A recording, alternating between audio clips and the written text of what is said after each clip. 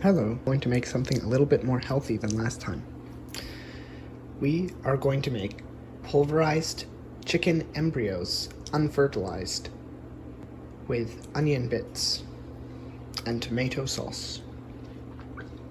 Let us proceed. Begin by adding the grease product of your choice to a cooking item. The amount of grease added should be proportional to the number of unfertilized chicken embryos you intend to cook today. Add the first type of onion bits, or onion relative bits. Then add your desired amount of normal onion bits.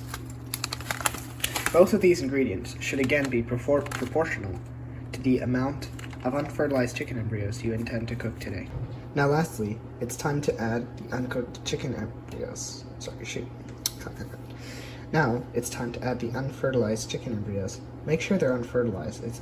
It would probably not very good to eat the chicken inside. Make sure to wash your hands after handling the chicken embryos, as it may contain E. coli and salmonella. Then mix up and pulverize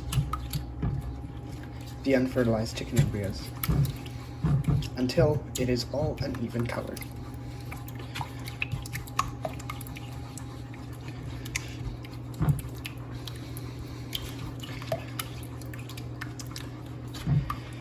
When the solution is well mixed, you may enable heat input. Continue to mix the unfertilized chicken embryo products, the onion bits, and the grease. When you believe that your unfertilized chicken embryos are sufficiently cooked, transfer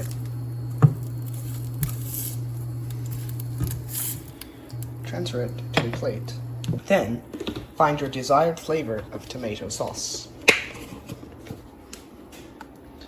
Apply tomato sauce as needed.